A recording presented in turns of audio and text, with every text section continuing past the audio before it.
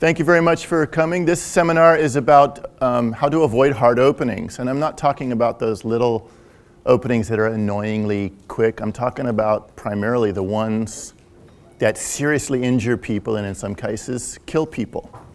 Those 1 in a million openings, mainly. That's the main goal. The second goal is just to make your openings nicer and sweeter. My name is John LeBlanc. I'm from Performance Designs.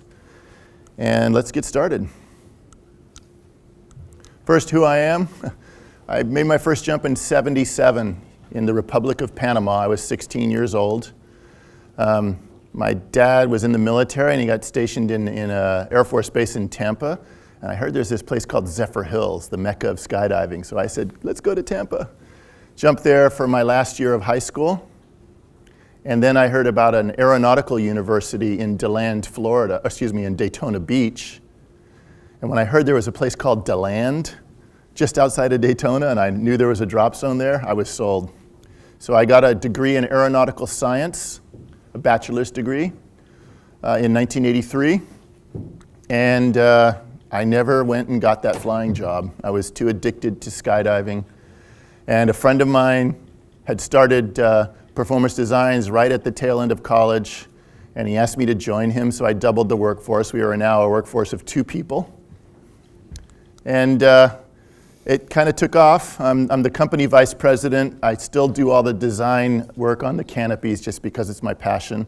I work with other people, but I'm kind of mentoring them. We have about 300 employees now, and it's been a really wild ride. I've really enjoyed it.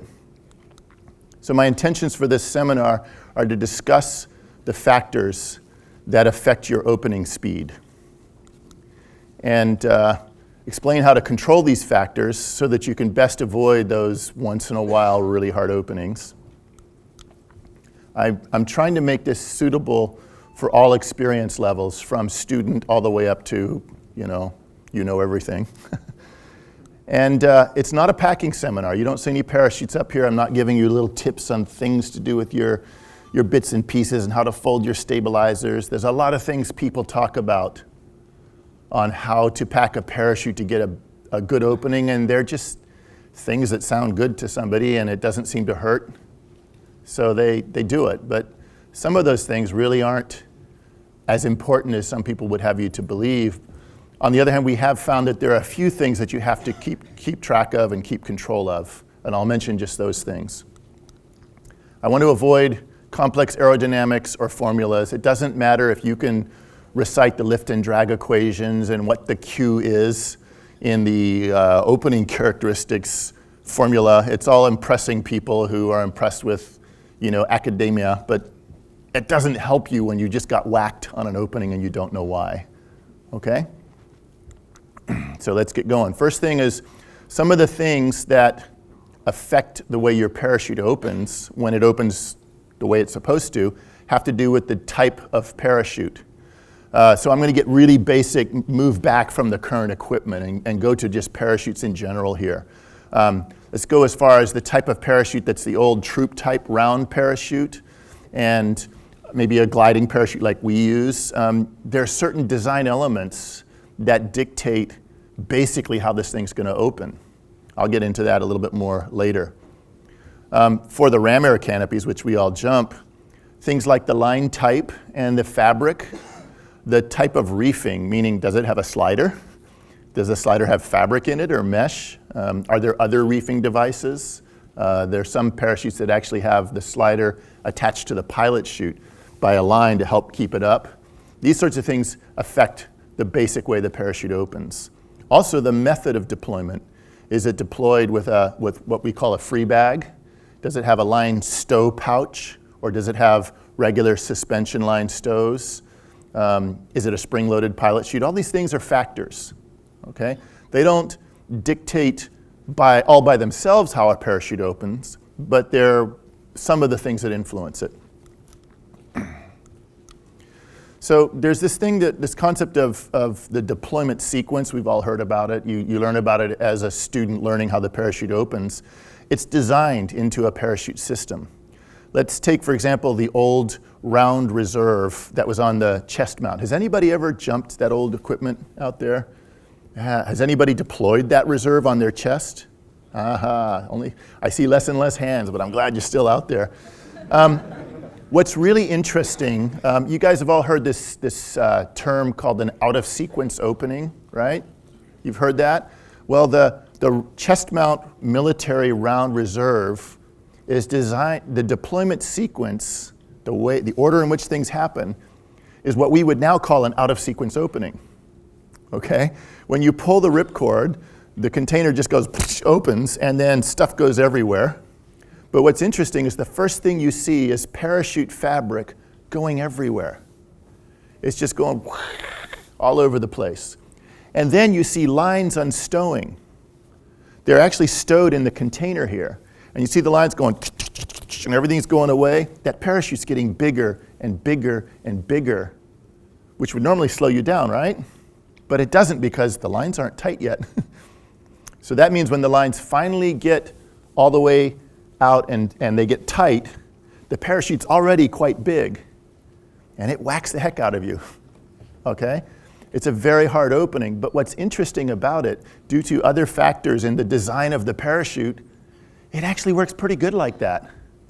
It's completely out of sequence by today's standards, but the fabric is not 0P. It's not even that low porosity F111 style fabric. It's a bit like cheesecloth. A lot of air goes through it. So that slows how fast the thing inflates.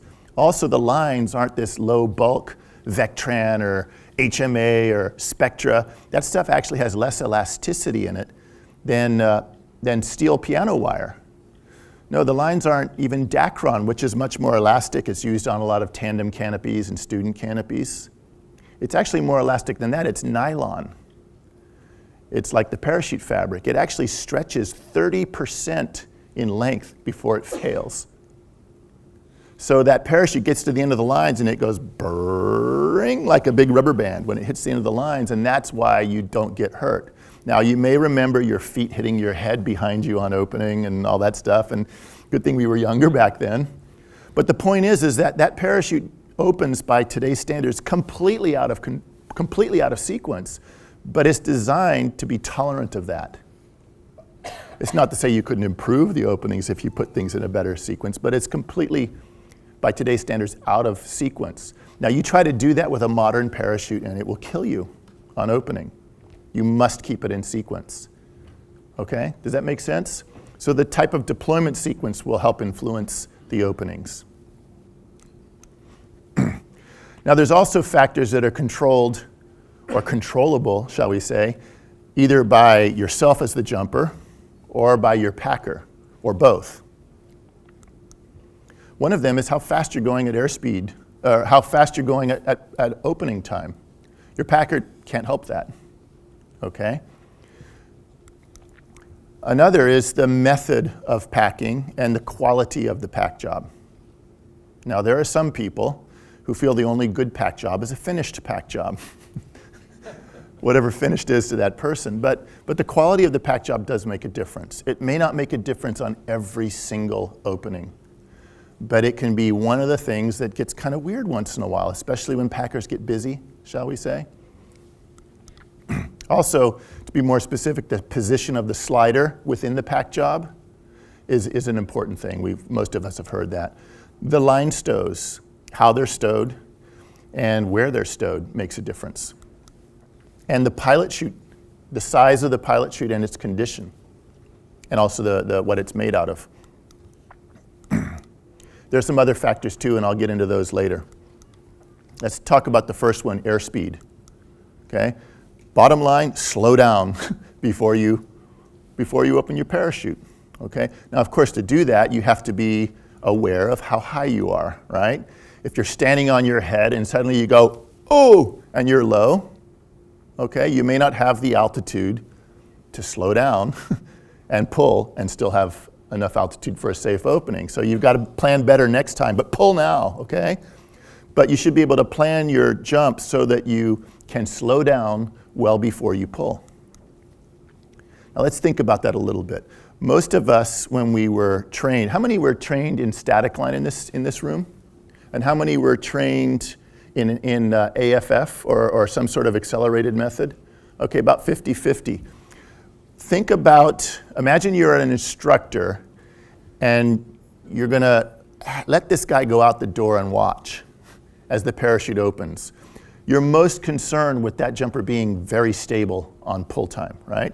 So they're going to teach you a body position that emphasizes good stability. So they're going to talk about a very aggressive arch. Some people use the word hard arch. Some people don't like that, but that's for the instructors to debate. But the point is that it's very, very arched and it promotes stability, right? Makes sense for a student. You don't want the guy tumbling through the parachute when it opens. That's not very good for the reliability of the opening. Okay, but as your experience grows, you learn how to be stable in a more natural way. And you also start maybe jumping different equipment that may be a little less tolerant of not only body position on opening, but also airspeed on opening. The student equipment is fairly forgiving of that type of thing. It's designed to be for the safety of the student. But at some point when they start downsizing to different parachutes with different line types and deployment systems, and they're starting to experiment with different types of skydiving, it's time to change the emphasis from pure stability at opening to slowing down, a more effective method of slow fall. So instead of a big arch at pull time, and then a pull, and then a check, or however they teach it, maybe it's better to flatten your arch or even reverse arch before pull, okay? Because it'll slow you down more, and the more you slow down your body, the less the parachute has to do to slow you down, okay? Now, obviously, you wouldn't teach a student to deploy the parachute like this because he's going to fall over on his back, right? So what I'm saying is there's a transition in that regard. Make sense? So this emphasis shifts to a more effective slow falling position over a period of time as the jumper becomes more comfortable with the idea that he can stay stable while he pulls. Okay, I think that's sometimes ignored in the transition to newer gear. Going too fast is actually one of the biggest causes of hard openings, including an occasional hard opening. Okay? And the reason is because the faster you go, the more likely that orderly deployment sequence is going to have some little something go wrong with it. Okay? By slowing down, you help keep all those other factors in control that we'll discuss next. Okay? So they may, as I said, be inconsistently hard, which is a tough one to track down because you think you're doing everything the same, but just a little bit extra airspeed in combination with some of these other things I'm going to talk about will be the one little extra thing that causes a hard opening, along with all the other things that are just under the surface. So moving on, the slider position. Obviously, you want all 4 grommets against the slider stops. Okay, everybody's heard that. But there's a couple things sometimes people make mistakes on. Number one, in some places they teach the students how to pack in a method called a flat pack, where you lay it on the ground, pull the packing tabs. So you guys still do that with your students here most of the time, yes or no? Yeah.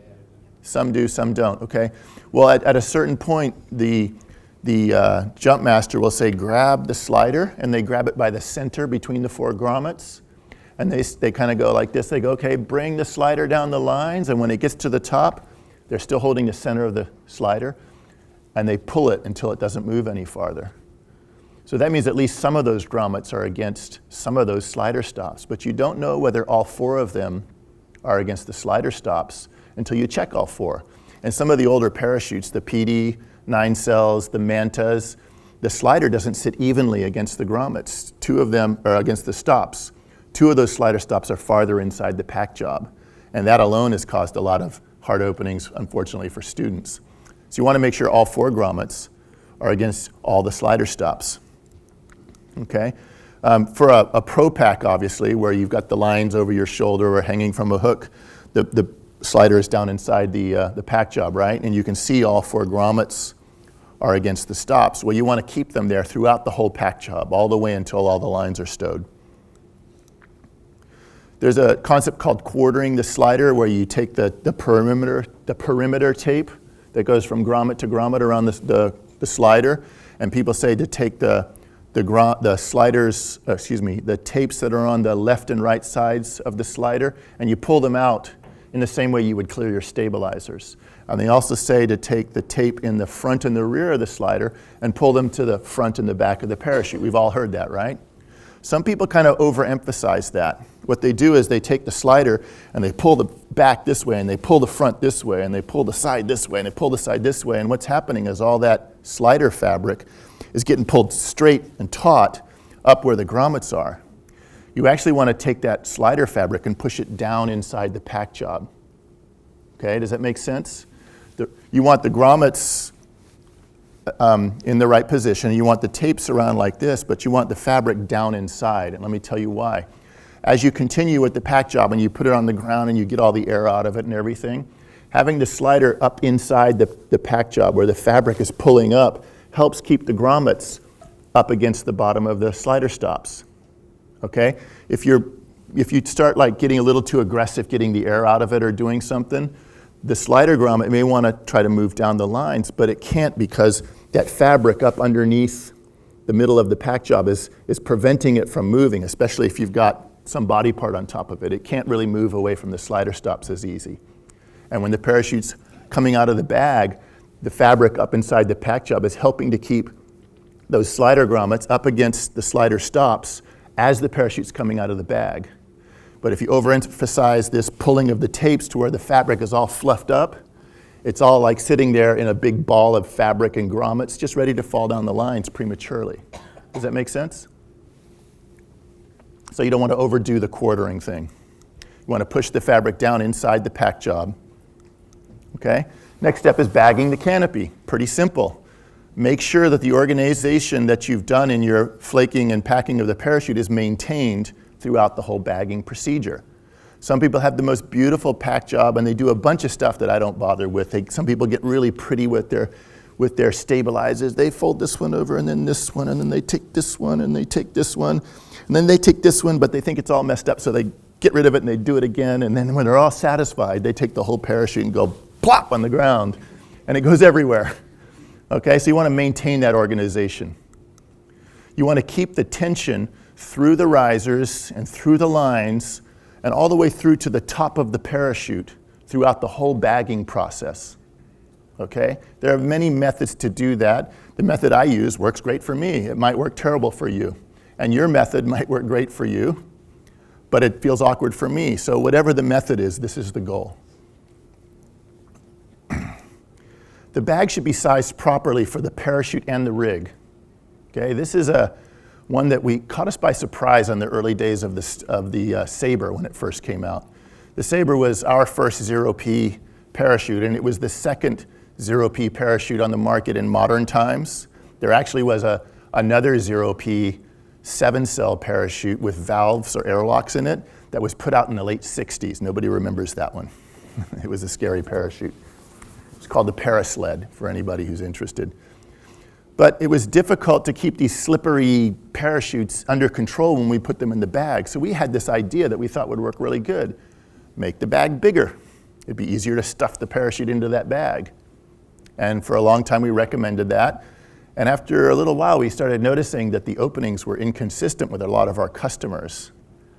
And it turns out that when the parachute bag is sized properly, the parachute is contained by the bag well. And when those last little locking stows come open and the mouth of the bag comes open, the parachute is held inside the bag by the tension created by how tightly it's in the bag. And then that little first fold, that slider fold, gets pulled out of the pack job when it's opening, but the rest of the parachute is still being held by the bag, so it kind of unfolds the parachute in a nice way. But when the bag was sized too large, it was this big blob of chaotically organized fabric because it was an easy bag to stuff everything in there, so that's what people did. So it all came out kind of like blah, just like all over the place. And it didn't make bad openings every time, but they became more inconsistent, especially when some of these other factors were added. So you want to size the bag properly. If it's too loose, the canopy just flops out in a big mess. So that's why you should fill the canopy snugly and include the corners. You don't just want a big blob in the middle and nothing in the corners. Your rig looks ugly like that too. But also, you want to have the bag such that the canopy can be in the bag completely where the mouth of the bag actually covers the parachute completely. The grommets on the bag come up right to where the rubber bands are, as opposed to stretching a rubber band across a bunch of fabric down to a grommet that's 4 or 5 centimeters away. That does not contain the canopy as well as it should be contained. Parachutes are more reliable on deployments when they're inside a bag.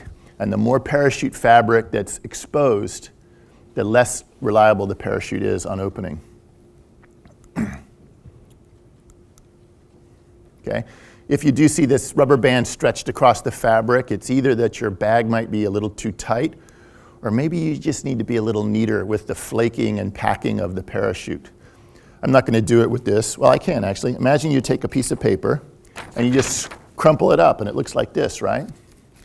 It's a certain size, and I can squish on this pretty hard, but it's pretty big because there's lots of random chaotic folds on this, and I can't really get it much smaller.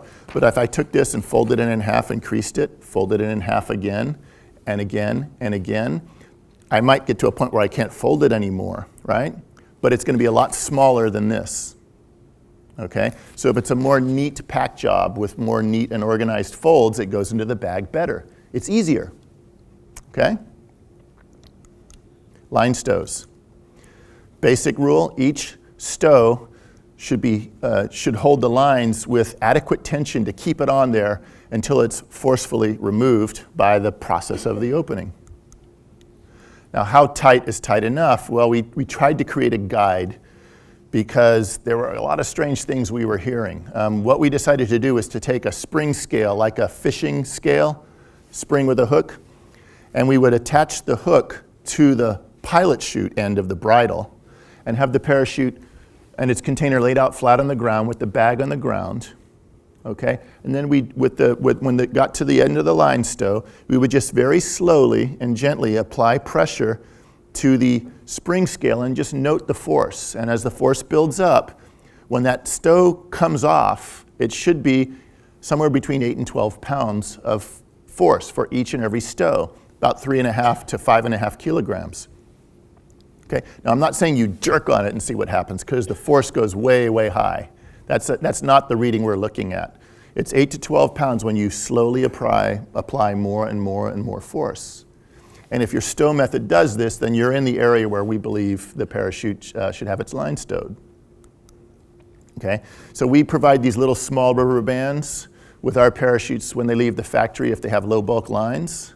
Some people ask us, is that what I should use? They're a pain in the neck. And I say, well, if they provide the proper stow force by this definition, then they're good. Okay? I will say, though, that there are a lot of suppliers of these small rubber bands where they're a little bit different than ours. In some cases, the actual thickness and the width of the rubber band is a little bit smaller, and they're a little bit stretchier. In some cases, they're also a little bit larger, and they do not provide that 8 to 12 pound force.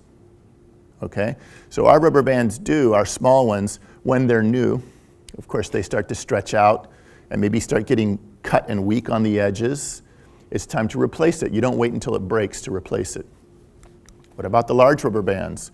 Well, a large rubber band on small lines is clearly not enough force. The lines fall out of those stows very easily, but you can double stow.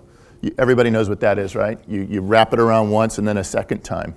When you do that, it easily gets this 8 to 12 pound range on most large rubber bands. Okay? But the best thing is to measure that force with a spring scale in the manner that I mentioned and see for sure what it is. The length of the stow. Okay? The length is a factor because when the pilot chute lifts the parachute out of the container, it does so very forcefully, and the parachute and the line stows want to stay in the container. The only thing that's keeping that parachute in the bag is those line stows. But there's a section between the left and right sides of each line stow between the rubber bands, and it has weight, and it wants to sag down because it's being pulled out so quickly. And that weight of that line between the left and right line stows can be enough that that weight actually tries to unstow the lines for you. Okay? That's why you need to have them tight, but that's also why you need to have them of sufficient length so you've got a little bit of line stow on the other side that's hanging off the other side of the rubber band trying to keep the stow in there. So for single stows, between 2.5 to 3 inches is about where you want it. That's 6 to 7.5 centimeters. For a long time, riggers would say, never stow more than 1 inch. But there's a reason for that when they were saying that. They were lightweight round reserves with a very unusual diaper-style deployment system where the stows were very close together, and 1 inch was enough to ensure that everything stayed closed. And people were stowing crazy long stows and using wrong rubber bands, and they were having slow reserve deployments in the days when most reserves were opened at about 1,000 feet.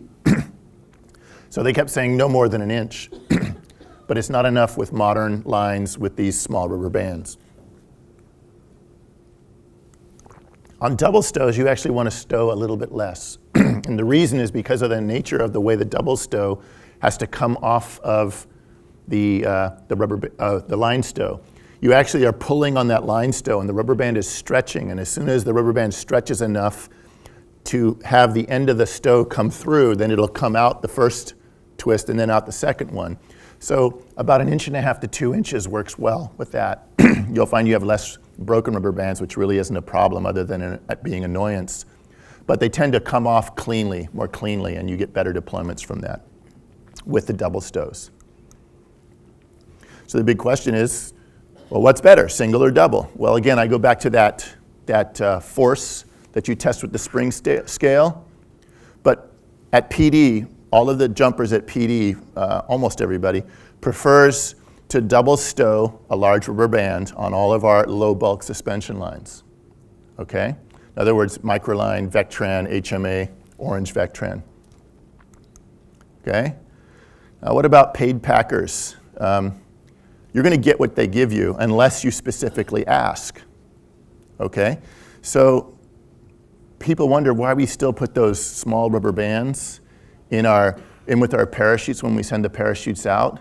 It's hard to mess up a small rubber band, okay? You put those small rubber bands on and they pretty much work pretty close to what we're talking about here. But you put a large rubber band on there and you give it to a packer, is he gonna double stow?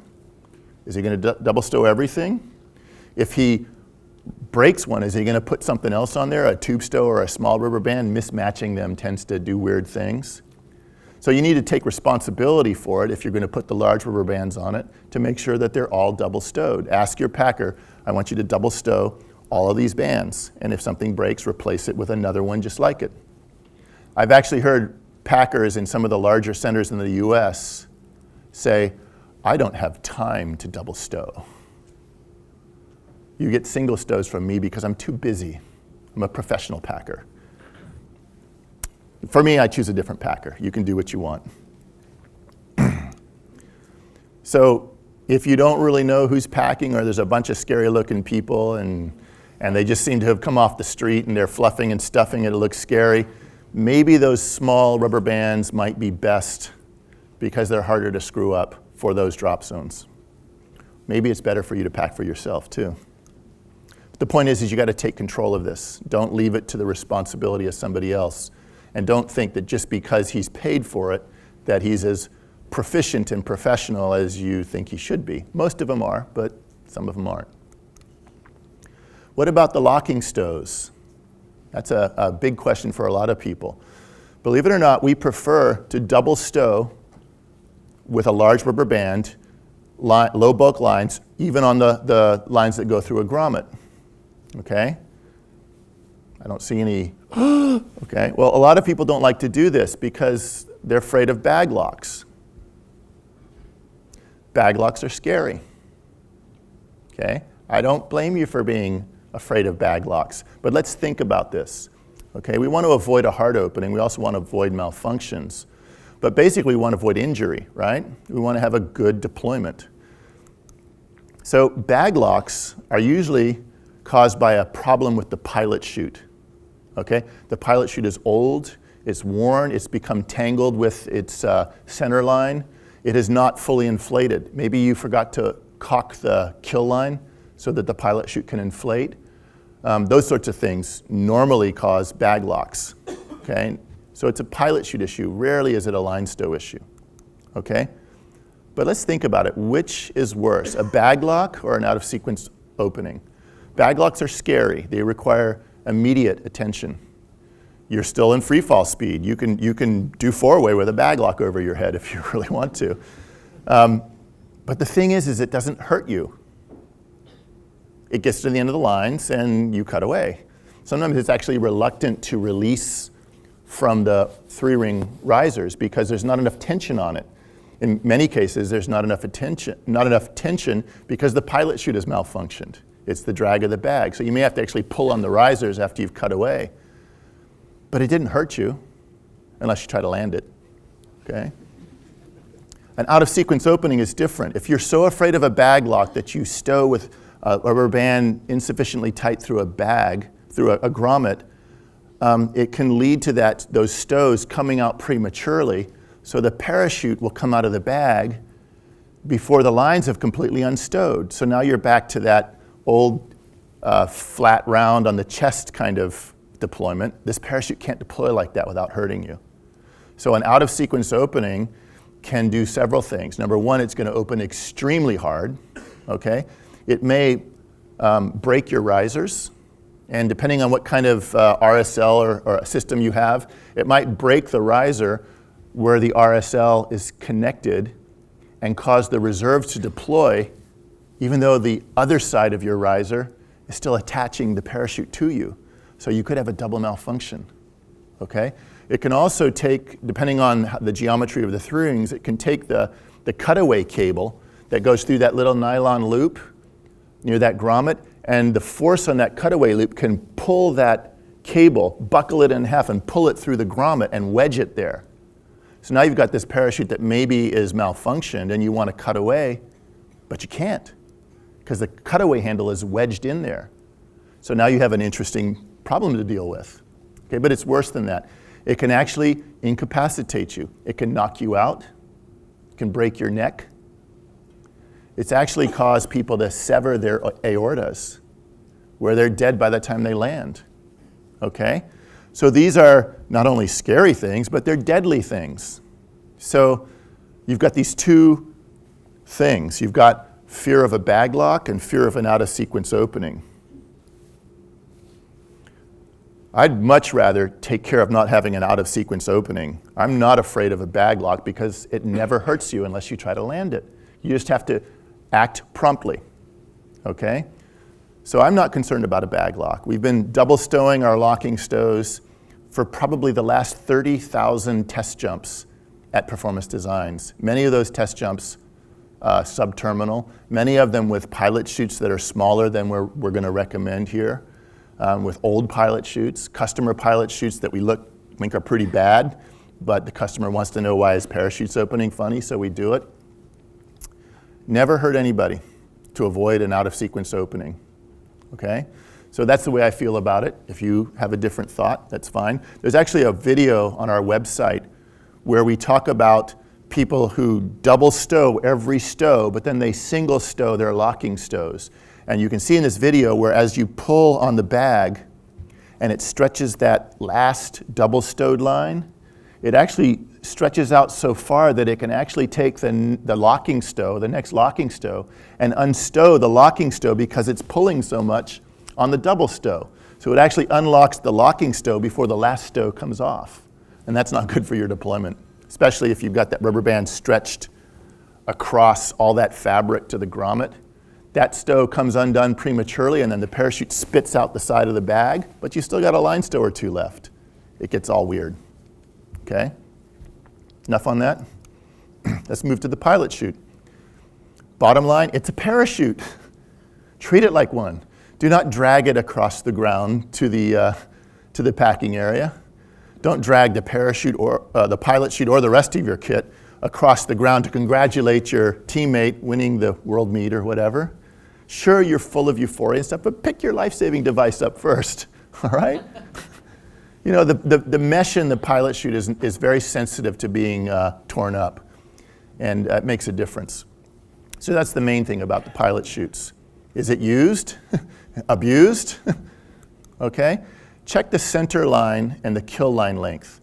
The center line on the pilot chute actually takes the center of the round parachute and pulls it down inside itself a little bit. It changes the shape of the pilot chute when it's inflated. It quickens the inflation and it provides more force when you do that. But it has to be the right length. There's also that kill line on it. Maybe it's not on your student parachutes, but there's a line that goes through the bridle on a lot of systems, on most parachutes that are not student parachutes.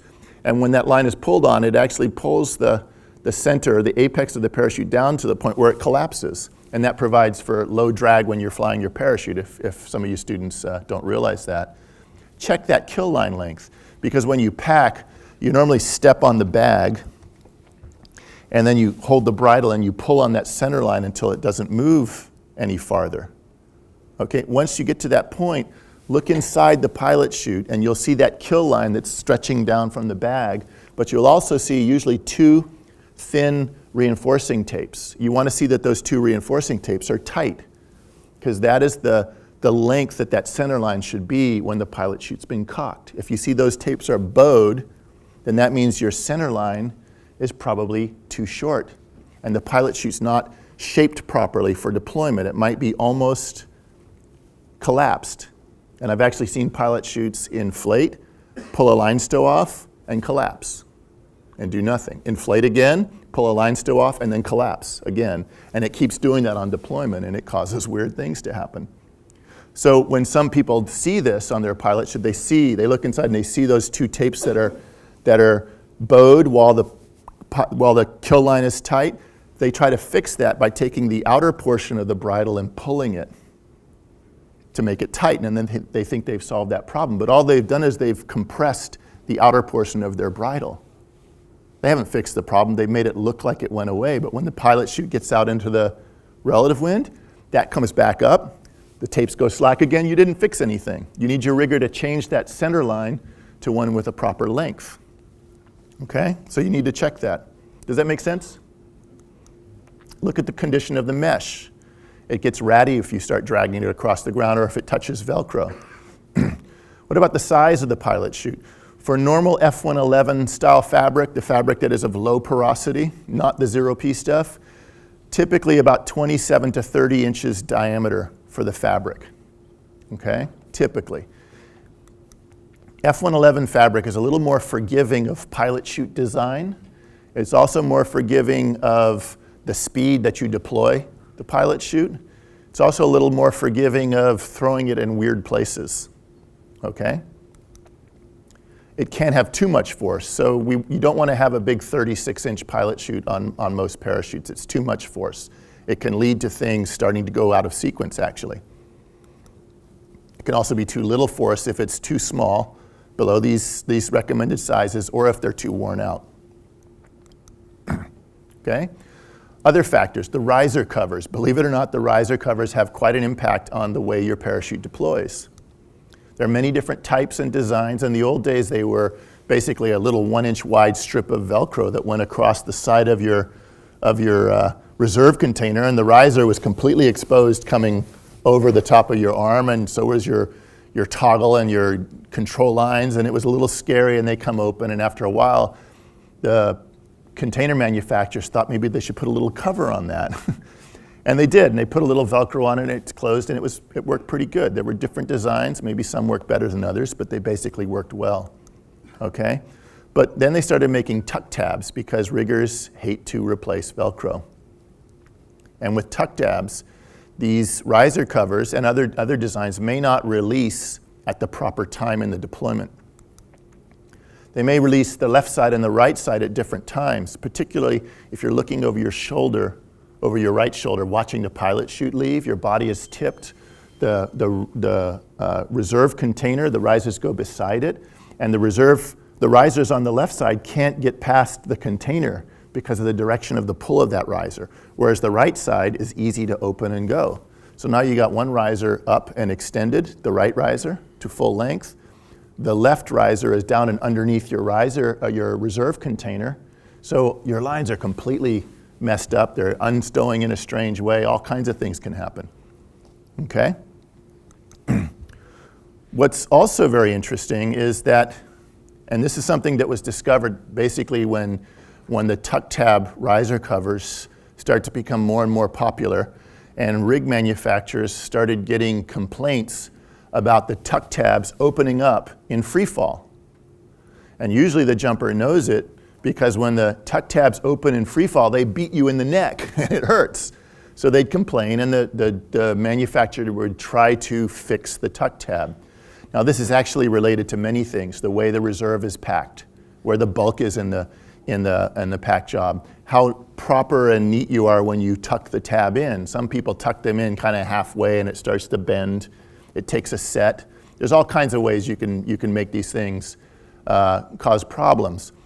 But what's interesting is that if the riser covers do not release at the right time, what happens is that the parachute, basically when the lines run stowing and there's tension on the risers, right? That tension on the risers has to be enough for the risers to open the riser covers before the parachute comes out of the bag, okay? If the parachute does not have enough force to do that, then the parachute will come out of the deployment bag, because the locking stows will come undone, and then the parachute gets bigger, right? Because now it exposes the slider, and now it's bigger. Now the parachute has enough drag to open the riser covers, but the parachute is already out of the bag, okay? And that sudden release of risers creates a little slack in the whole system. It's about maybe 12 to 18 inches, depending on the design of the riser cover. And that little slack and release tends to cause the slider to rifle down the lines immediately. And it causes really hard openings. And it wasn't until those riser covers became popular that hard openings started really hurting people. Now, I'm not saying that the riser cover all by itself causes that. I'm not trying to blame container manufacturers, because all these factors are interrelated. But do you remember when I was talking about the locking stows, how important it was to keep those things shut, and how I recommend double stowing a large rubber band on the locking stows?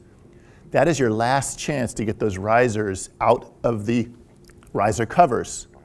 You've got the last few lines. Each of those double stowed lines have a little more force, 8 to 12 pounds hopefully, to get those riser covers out, to get those riser covers open.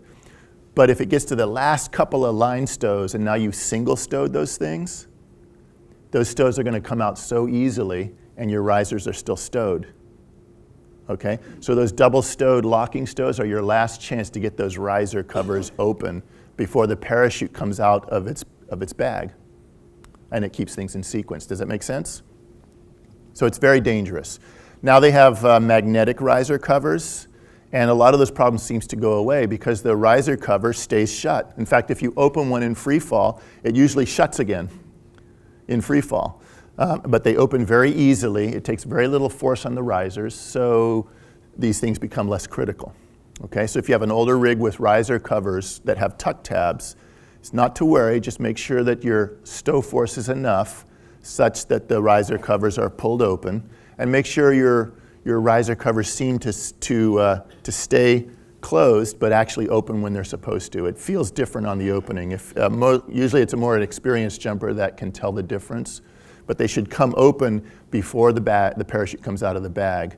We've actually seen people come back to us with demo parachutes after they've jumped them, usually smaller people, and they come back and they put the parachute on the ground and ask if we can help them pack, and the riser covers are still tucked in, and they've flown the parachute all the way to landing with the riser covers still tucked, okay?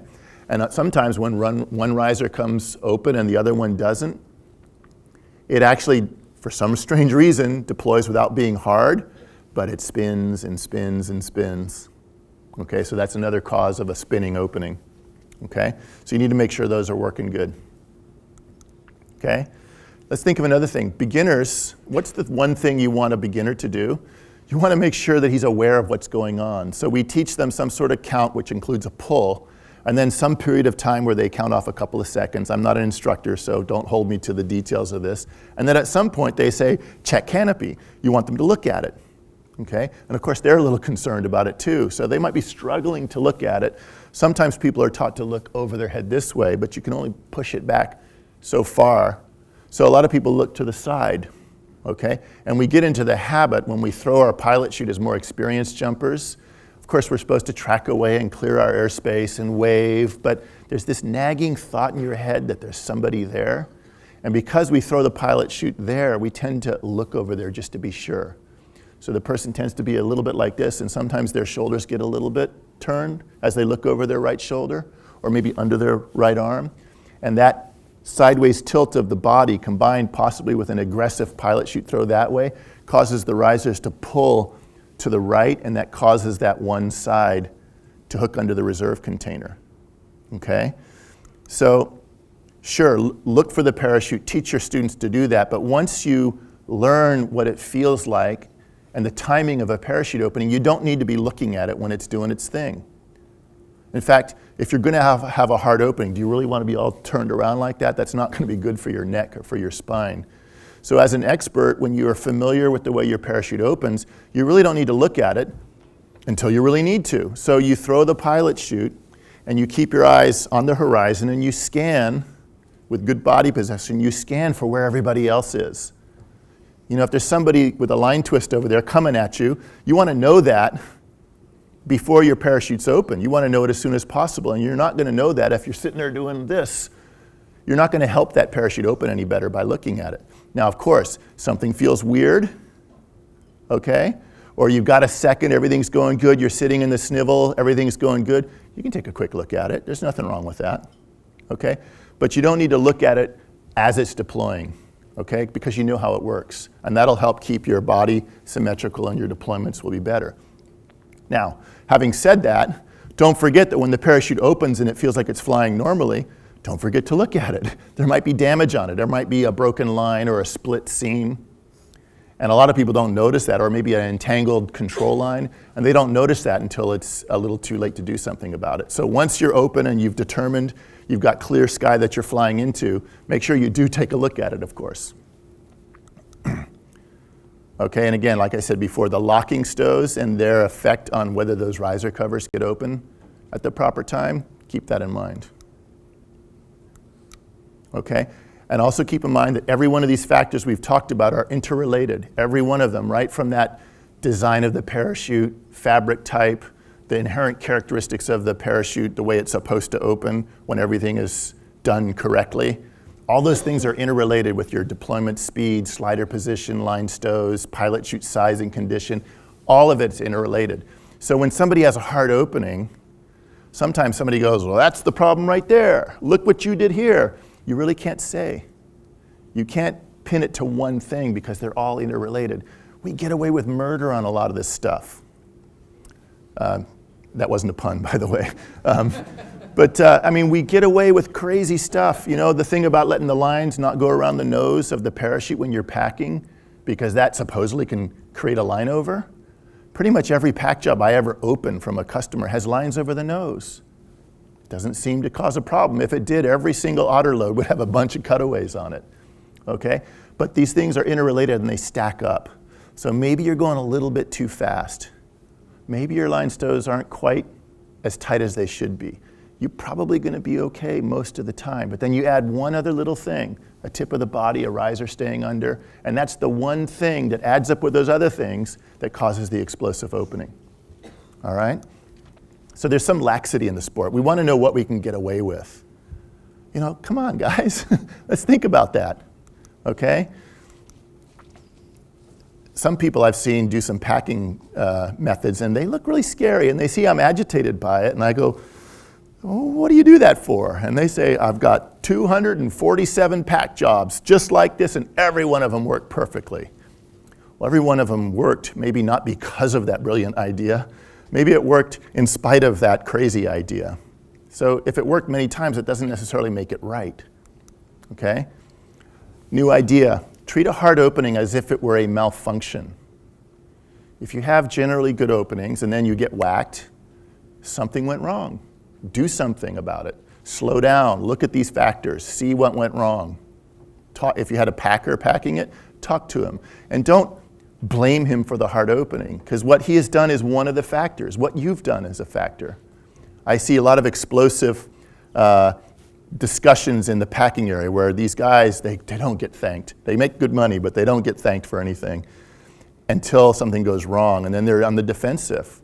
So when I see that, I might say, did you have a hard opening? And they say, yeah, sure did. Well, who packed that thing? You did? Okay. Well, who unpacked it? Oh, you did. You were the unpacker. You have just as much in this game as this packer. And the packer goes, gee, I never thought about that. So if you are the unpacker, take responsibility for your portion and take responsibility for what your packer's doing. But treat it as a malfunction so that you can find the cause and solve it. Okay? Bottom line, do everything reasonable to avoid hard openings. Now, one way is just not to jump, but that's not reasonable in my book.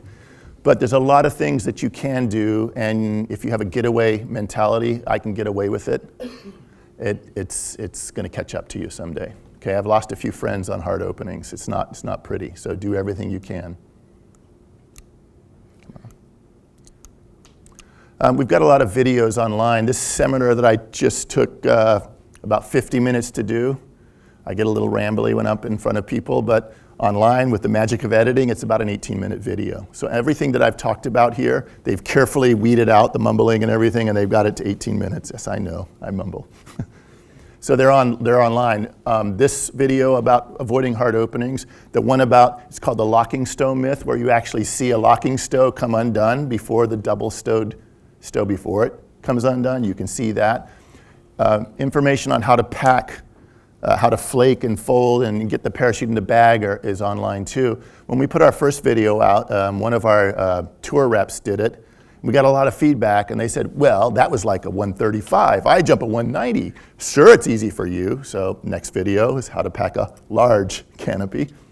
And you can see that there's a method and a way to control it. It's all there. 16 minutes. We also have one of our factory team members packing the competition velocity, showing that basically everything is the same, it's just a little more bulk. Also, she has the removable deployment system, which is used in some competition canopies. She'll show how that's done. That's Jessica. There are also educational videos about downsizing and the myths about that, how to fly your canopy in general. There's also some things that are designed purely to entertain. There's some humorous poking at some of the people at our staff. We've done a few videos. There was a TV show on, I think, HBO. It was called The Office. It was pretty popular in the States, and it was kind of a goofy, dry humor. We do kind of a spoof on The Office, and we poke fun at the research and development people and the marketing people. It's really quite humorous. Go to our website and see that stuff, and I think you might find it informative, and if not, a little bit funny. And that's it. Thank you very much. I hope this has helped you.